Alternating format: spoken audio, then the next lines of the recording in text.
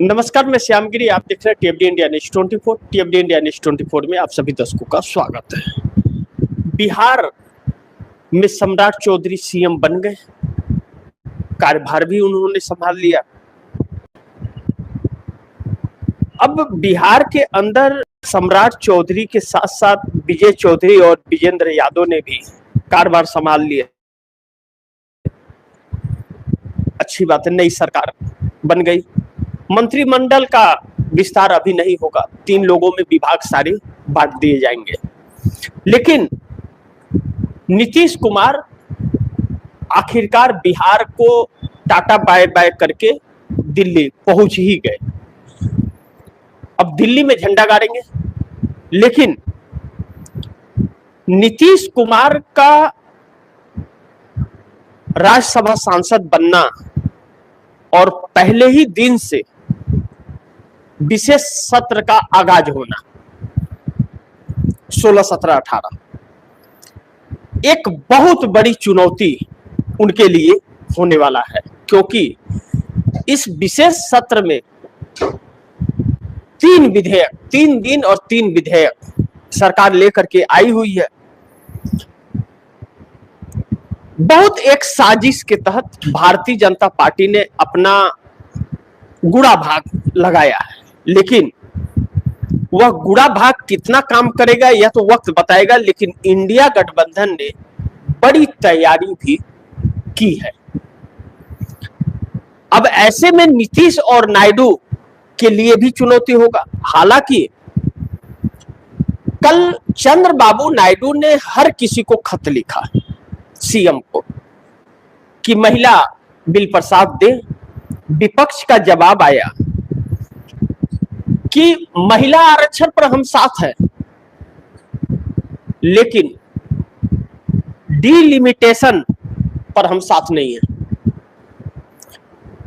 Delimitation महिला आरक्षण के आड़ में छिपकर इस देश के साथ छल किया जा रहा है। खासकर केरल, तमिलनाडु, पांडिचेरी, तेलंगाना, कर्नाटका, आंध्रा के साथ भी, चंडीगढ़, पश्चिम बंगाल, 7 सिस्टर, असम, जम्मू कश्मीर, इन सभी के साथ में एक बड़ा छल मोदी सरकार द्वारा कर रहा है। यह मोदी सरकार जो 3 कानून लेकर के आई है, और इस 3 कानून के अंदर मोदी सरकार ने जो 131वां संविधान संशोधन 334A एक्ट के तहत करना चाहती है। 334 एक्ट जो है उसके तहत संविधान संशोधन करके डिलिमिटेशन करके 850 सीटें तकरीबन करना चाहती है। 816 होगा, कुछ रिजर्व सीटें हो जाएंगे, जो एक बहुत बड़ी साजिश है। महिला आरक्षण के लिए प्रधानमंत्री नरेंद्र मोदी ने 2023 में बिल पास कराया था। पूरी विपक्ष ने भी साथ दिया था। तब उन्होंने कहा था विपक्ष ने कि इसको 24 में लागू कर दीजिए। भाई 33% या 35% जो महिलाओं को आरक्षण देना है उसको तुरंत लागू कीजिए, 543 सीटों में लागू कर दीजिए। अब नरेंद्र मोदी कह रहे हैं कि अब बहुत लेट हो गया, 29 तक लागू करना है, कैसे भी अब लेट नहीं कर सकते। बिना परिसीमन का, बिना जाति जनगणना का, बिना गणना का, कैसे भी कर देंगे, लेकिन कर देंगे। क्यों कर देंगे भैया, क्यों कर देंगे? अब इंडिया, मैं नहीं कर रहा हूं, इंडिया गठबंधन करता है, क्यों कर देंगे? आप संविधान के हिसाब से चलिए। और इस केस को कोई चुनौती नहीं कर सकता, इसे कोई चुनौती नहीं कर सकता। अब ऐसे में सरकार फंस गई है। लेकिन हम इन चीजों पर आए कि पूर्व में, हिंदी बेल्ट में, उत्तर पूर्व में, दक्षिण में, पश्चिम में कितना डिफरेंस आएगा, इसका कैसे बदलेगा सीटों को, इस पर हम चर्चा करेंगे। लोकसभा का आज सत्र भी है, हंगामेदार भी और चर्चा भी होगा, इस पर सरकार घिरेगी भी। लेकिन सम्राट चौधरी के सीएम बनते ही निशांत कुमार हो गए जेडीयू से दूर। क्यों?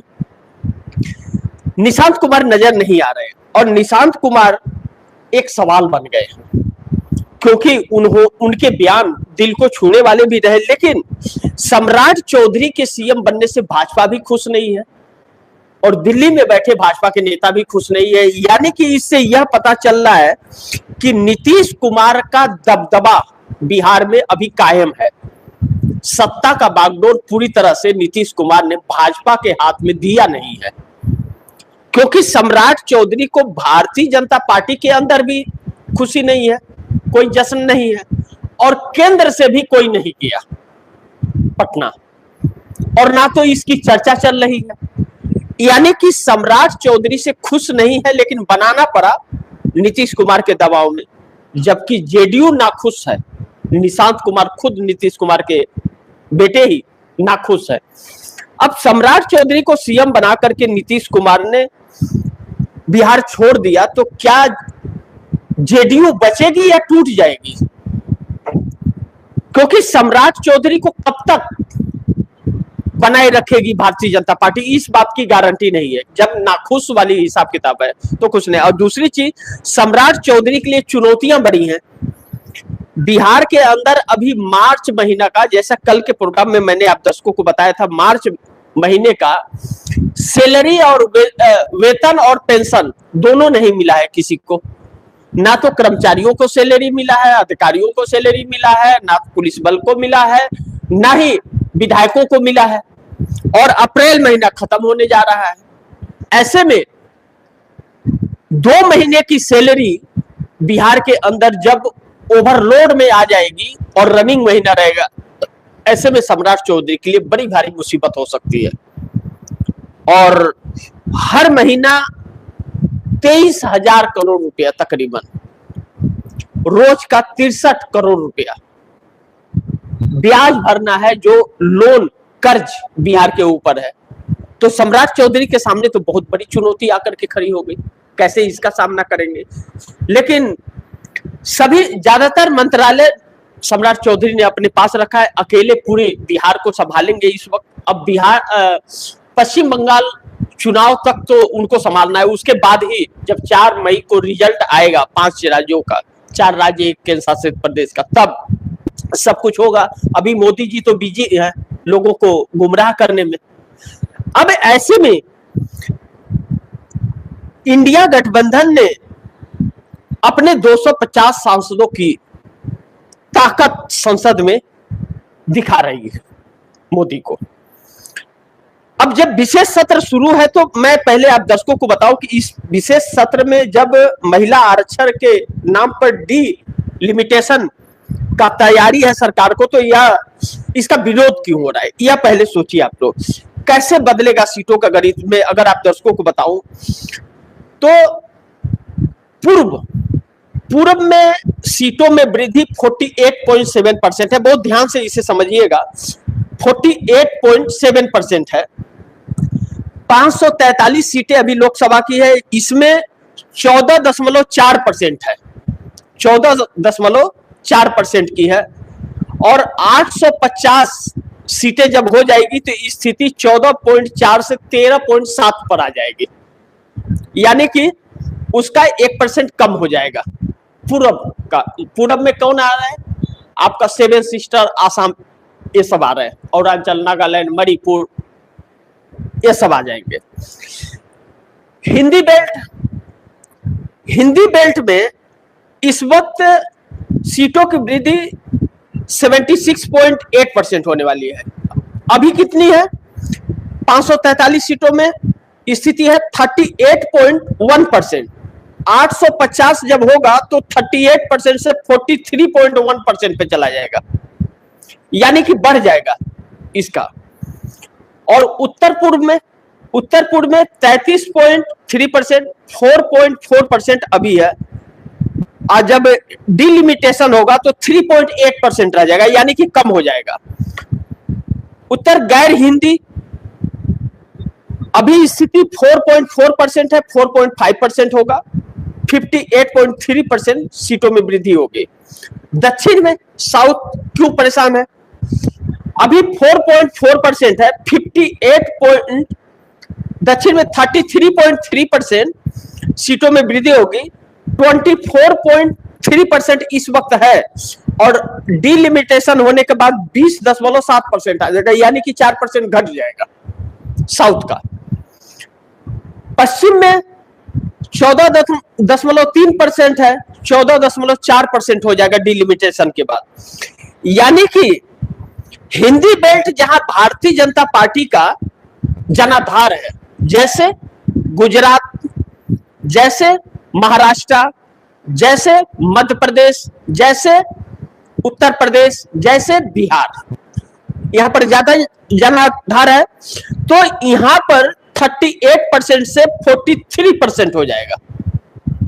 38.1% से 43.1%, यानी कि 5% और बढ़ जाएगा दूसरे राज्यों में। लेकिन दक्षिण में यही 4% घट जाएगा, यानी कि 24.3% है, 20.7% हो जाएगा एग्जैक्ट, यानी कि लमसम 4% घट जाएगा उसके सीटों का आकलन। लेकिन भारतीय जनता पार्टी उत्तर गैर हिंदी, जहां पर थोड़ा जनाधार है, 4.4% है, 4.5% कर देगी, बढ़ जाएगा वहां भी भारतीय जनता। यानी कि भारतीय जनता पार्टी इन 4-5 राज्यों से अपना पूरा सत्ता काबिज करके और लोकसभा के अंदर बैठना चाहती है। बाकी सबका कोई मतलब नहीं होगा, साउथ का कोई मतलब नहीं होगा।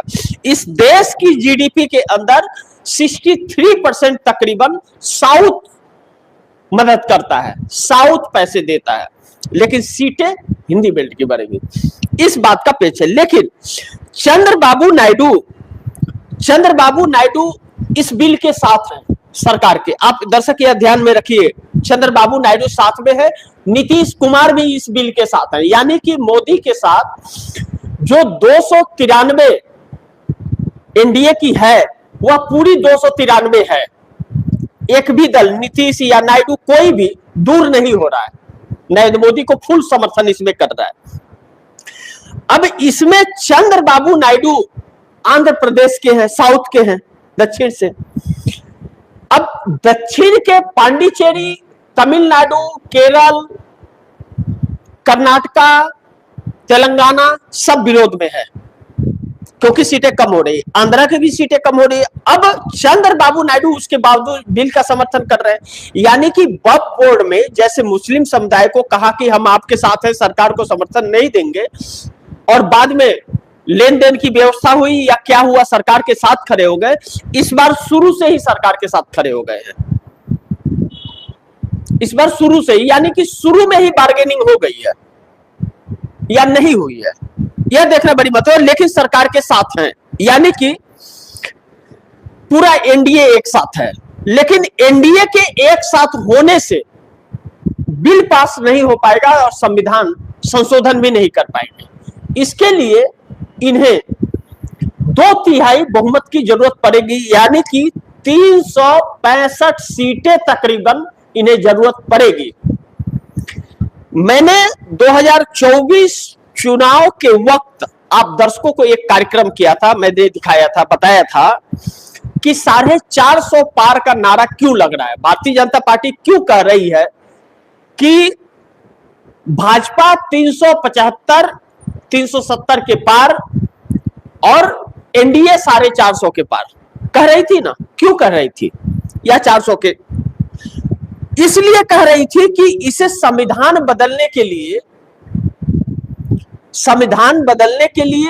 2/3 बहुमत, यानी कि 369 सांसद चाहिए थे पार्लियामेंट के अंदर। लेकिन वह पोल तो खुल गया, राहुल गांधी ने खोल दिया कि यह संविधान को बदलना चाहते हैं। और भाजपा के भी कुछ नेताओं ने ऐसा बयान दिया कि हमें इसलिए चाहिए क्योंकि हमें संविधान बदलना है। तो संविधान बदलना है तो जनता ने इनको दिखा दिया, अयोध्या में भी हार गए।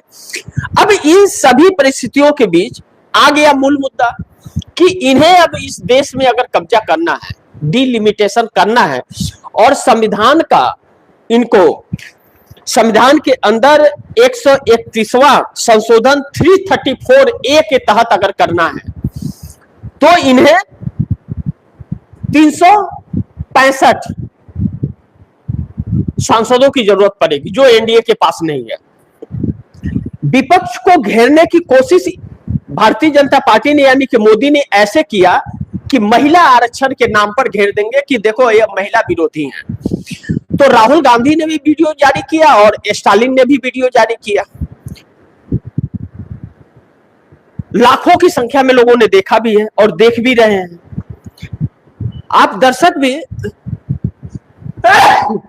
राहुल गांधी के सोशल मीडिया पर जाकर और स्टालिन के सोशल मीडिया पर जाकर के इसे देख सकते हैं।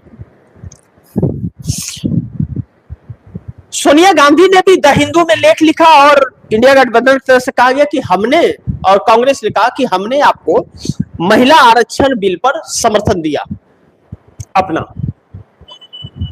अब आप अगर महिला आरक्षण देना चाहते हैं तो दीजिए, हम आपके साथ हैं।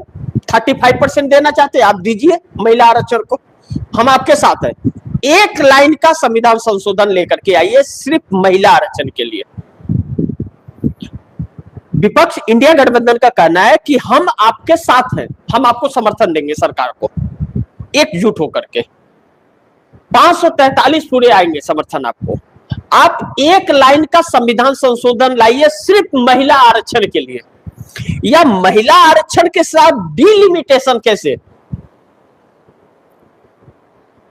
यह हम नहीं करने देंगे आपको। जो चाल आप चल रहे हैं, आप अपने मर्जी से राज्यों की सीटें बढ़ाएंगे और अपनी मर्जी से घटाएंगे, यह काम हम नहीं करने देंगे आपको। इसके लिए हम समर्थन नहीं देंगे। अब आप सोचिए, इसीलिए भारतीय जनता पार्टी ने सर्वदलीय बैठक नहीं बुलाई। मल्लिकार्जुन खड़गे ने जबकि खत लिखा था, और ड्राफ्ट कब दी है यह सरकार? अब आज विशेष सत्र है और 24 घंटा पहले ड्राफ्ट दी है कि ताकि कोई पढ़ ना पाए और उसको जनता के बीच न ले जा पाए। लेकिन मोदी जी, सोशल मीडिया का जमाना है और उसी सोशल मीडिया से आपको सत्ता मिली है। कितना भी कर लो पहुंच तो जाएगा ही। गोदी मीडिया उसे रोक नहीं पाएगा, क्योंकि गोदी मीडिया से ज्यादा फॉलोअर्स सोशल मीडिया पे हैं। तो ऐसे में मोदी सरकार अब बुरी तरह फंस गई है और इंडिया गठबंधन ने अपने शिकंजे में इन्हें ले लिया है। ऐसे में अभी से कुछ पल बाद लोकसभा शुरू होने जा रहा है। क्या गतिविधि रहती है यह देखना बड़ी महत्वपूर्ण होगा। लेकिन चंद्रबाबू नायडू और नीतीश कुमार ने अपनी असली रंग दिखा दिया है कि वह इसमें भी, देश को लूटने में भी और देश पर कब्जा करने में भी मोदी के साथ खड़े हैं। क्यों खड़े हैं? क्या लेन देन करके खड़े हैं, या उनका भी नियत कब्जा ही करने का है, यह वक्त बताएगा। लेकिन साथ खड़े हैं, या छोड़ेंगे नहीं, साथ ही रहेंगे अभी तक के हालातों के अनुसार।